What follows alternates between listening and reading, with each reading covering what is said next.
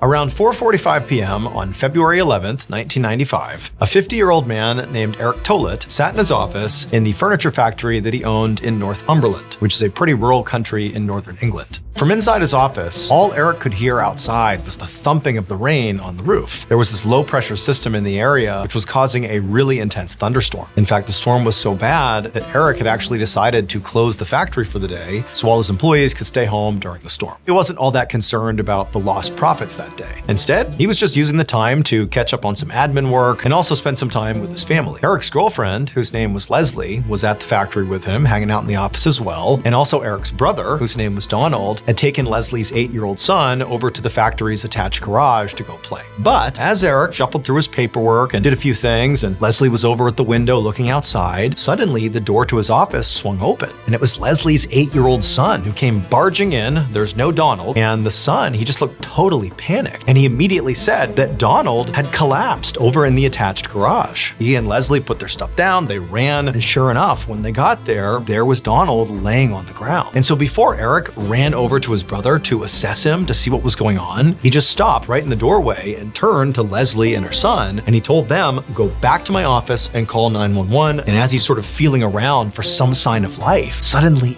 Eric began to feel this incredible tightness in his chest. And then before he knew it, he had blacked out and collapsed right next to his brother. So before Eric purchased this factory 16 years earlier, it had been a factory, but it was not a furniture factory. It was a coal factory. And in virtue of that, there was a coal mine that literally was attached to the structure. Now, when Eric bought it, he knew that there was this coal mine and there was this entrance to the coal mine connected to the structure, but the coal mine was not in use. The entrance to the coal mine had been completely boarded up, and it really played no role whatsoever. However, over the decade and a half that he owned this property and didn't think at all about that coal mine, this poisonous gas called choke damp began to develop inside the mine. And then on the day that Eric and Donald collapsed inside the garage, well, it was because the low pressure storm outside caused those poisonous gases to rise up and seep out of the boarded up entrance. And those poisonous choke damp gases built up inside of that attached garage, basically making that entire room lethal to anybody inside of there. And so unfortunately, Donald would die